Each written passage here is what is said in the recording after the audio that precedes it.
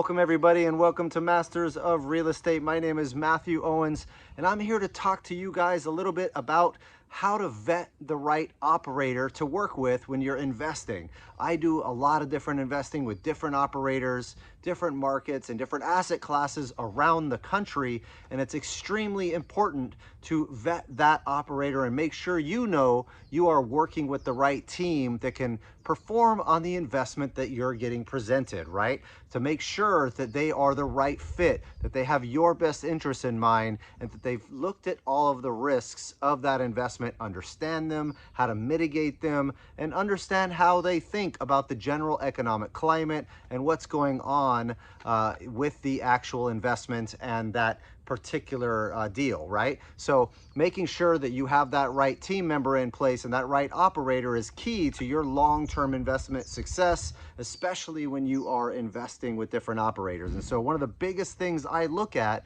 is what is their experience and their track record. Do they actually invest in that asset class already? Do they have significant experience in that specific asset class? Or are they new to this asset class or have only done a few deals in this asset class specifically? So what happens when you don't know that particular asset class is that you miss some of the risks, right? You miss some of the potential issues that could come up with that operational structure there, and being able to understand some of the things that come up on the operation side is key to that long-term investment success. Okay, so understanding, do they have experience, and specifically in that asset class, right? So, and have they experienced a recession in the past? Have they gone through the ups and downs of the market changes, and have they been able to do the stick and move that you need to do when a market shifts, when there's a major change? What did they do during the downtime last time when everything went down? Were they picking up good deals? Do they have any losses? What did they actually do? And that really tells you a lot about that particular character of that operator, if they took the hits for their investors, for example, or they did certain moves to protect investors in the right ways during that downturn. So it shows you that they understand risk and have an operational plan in place for when those things happen. And when they've been through the downturn before, you better bet that they're looking at what could happen in the future as well to cause additional losses and things like that, right? So, and in addition to that, do they have deals that have losses in the first place, right? Have they gone through a situation where investors had losses, and what did they do during that time frame to mitigate those losses, to protect investors? Have they gone through that, and what was their experience doing that? Can you talk to some of the investors that went through some of those losses to get their take on what occurred in the situation? Was there proper communication? Did they do everything they could to mitigate the risks there and mitigate the additional losses? So that character building is huge when you are trying to see and investigate some of their previous losses. You can really find out a lot about that operator in the first place. One of the other big things we do on every single deal that when we're investing with an operator is we go do background checks and criminal checks on that operator. We've been saved multiple times from little things that we didn't realize, a giant tax issue, or a criminal history. Especially in our lending business, we see this all the time. Crazy things come up all the time where you're like, I can't do business with that person because of this. There's a financial crime or anything else that's going to show up on those things many times. Okay, so and then, do they have additional liquid cash, right? Because if something goes wrong and the investment runs out of cash, do they have the money themselves to put up the difference in the capital that's required, or do they have to do a capital call and go to investors and ask for that additional capital to get that thing up and running, right? So do they have the bandwidth to be able to do that and put a cash infusion themselves? How financially strong are they as an operator to be able to put additional money in when it's needed? Okay, so really big risk mitigating factor there to kind of consider, right? Call the investor referrals. That's another big piece of this, right? Going through and actually making those phone calls to a list of their previous investors to get their take on their communication, their operational performance, what things occurred they liked or didn't like about that operator, to watch out for. So really key things to focus on.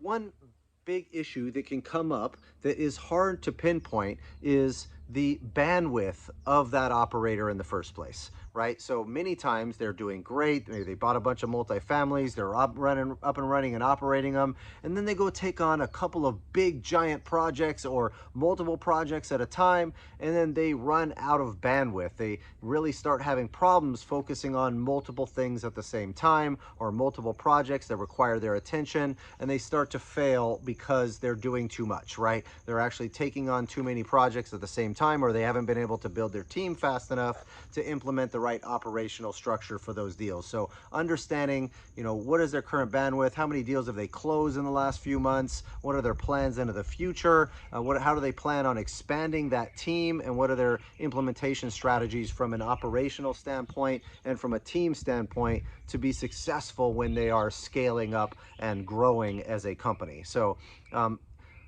one thing I really look at that I think is key to all CPAs is looking at the financial assumptions, right? Looking at that financial model and saying, where is that operator being very conservative in their financial assumptions, right? Did they increase their vacancy allowance? Did they, be very conservative on their rent increases or even not having a rent increase? Did they increase their expenses by what they think inflation is going to be in the future? What specific metrics did they do to minimize the risk of their financial model being incorrect, right? How conservative were they on all their different metrics? So one of the deals that I'm investing in right now, we put a refinance interest rate at 9%. It's 2% above what it is currently in a few years to mitigate that interest rate risk. We put an exit cap rate of 2% higher than it was as if the entire market dropped in market value just to be on the safe side. So these are some of the things that I think are key when you're analyzing the details of that financial model to determine, are they being risky? Are they being overly risky? Are they being overly aggressive? Are they being really conservative? And so they should hit a home run for investors where they're under promising and over delivering these things, right? So are they seeing all the risks in their financial model? So can you point out other risks that you're concerned about, and have they analyzed those? Have they analyzed the break-even analysis on these deals too, to make sure that, hey, if rents drop massively and expenses go up and the market value tanks, are you breaking even on that deal? Are you still making good returns on that deal? Or are you just making a lesser of a return than you originally expected, right? Obviously, the number one important thing is the preservation of capital. So making sure they took that into consideration as worst case scenario. If everything was to crash, are the investors still getting their money back is the most important aspect of that. And, looking at the financial model and saying, what ways are they protecting investors with regard to the expenses and the assumptions, but also with regard to the deal structure in the first place. Normally there's a preferred return involved, and then a split after a specific hurdle rate of that preferred return, and maybe even another hurdle rate where there's another split involved. So normally investors might get 75-25 or 50-50 on the back end profits after their money is returned or after the preferred return is paid on that deal. So investors make a certain return first, then there's a split with operators, and that way there's incentive for performance. Now that performance incentive can be really reduced if there's a massive amount of upfront fees on the deal. So a couple percent in an upfront fee is reasonable. Once you start getting up into the 5% or 3% plus type range, it starts to help those operators make a ton of money up front with less incentive on the back end. Now there might be a ton of workload up front if they're doing a major heavy lift, so maybe you add some concessions for how much work they did up front when you're considering, is it excessive or not. Usually I see a couple percent of an acquisition fee or assets under management fee to start with regard to the investment as a whole. So in addition to that, I think it's really key to look at their team in detail. Who is their management team? Who is their construction team? Do they have performance? How do they check those team members to make sure they're going to perform too? Different property managers have different skill sets, so making sure that you actually dial in those skill sets is absolutely important to know. Can that manager handle this project? Can that contractor handle this project? What are the other team members involved, and what are their roles, and do they have the experience that's needed to make this a performing asset on top of the asset manager in the first place? Okay, so ask them specifically on a deal, what risks they see on that deal and what things they don't like on that deal. They're great. Most operators are great at telling you all the positive benefits and everything else. Ask them point blank what the risks are on the deal in the first place, so that they can tell you, these are the primary things I'm concerned about. This is how I think we mitigated those risks. Or sometimes they may not have an answer for those risks. And so you need to know, did that operator think of those risks and how do they mitigate them along the way, right? So really, really key.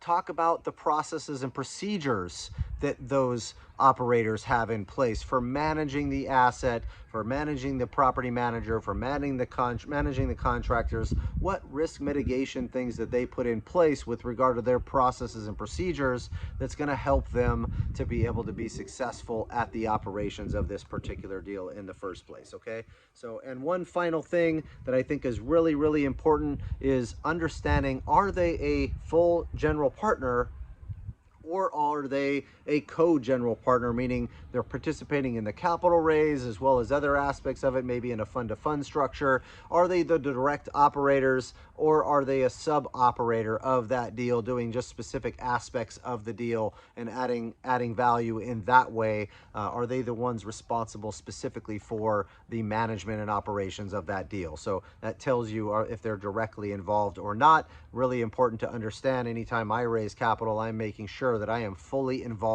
in that deal. In particular, I need to have roles and responsibilities and some control involved before I feel comfortable raising capital for my private investors. And you really want to understand their reporting and their communication and get to know an operator over a period of time, making sure that you understand their financial reporting, it makes sense to you, you can ask questions, they're communicating back to you. So take your time, invest with operators slowly, do all the right homework and due diligence on those deals. If you want our due diligence checklist, you can go to my website at mathewowens.com with one T in Matthew, so MathewOwens.com, and you can download my 200-point due diligence checklist that we have available for you to be able to vet a deal, whether that's from the operator standpoint, the legal structure standpoint, the loan standpoint, the management, all of the above, and including the market and everything else with the deal. We use this when we're vetting our operators before we determine we want to invest with them ourselves. So I hope this helped give you guys clarity about what makes a good operator or what breaks an operator, and how to determine if you're going to invest with them or not. Thanks so much. I appreciate it, and have a great rest of the day. Talk to you soon. Do you want to learn how to create financial freedom in your life through real estate and take your investing business to the next level? If so, you can follow us in one of the following ways.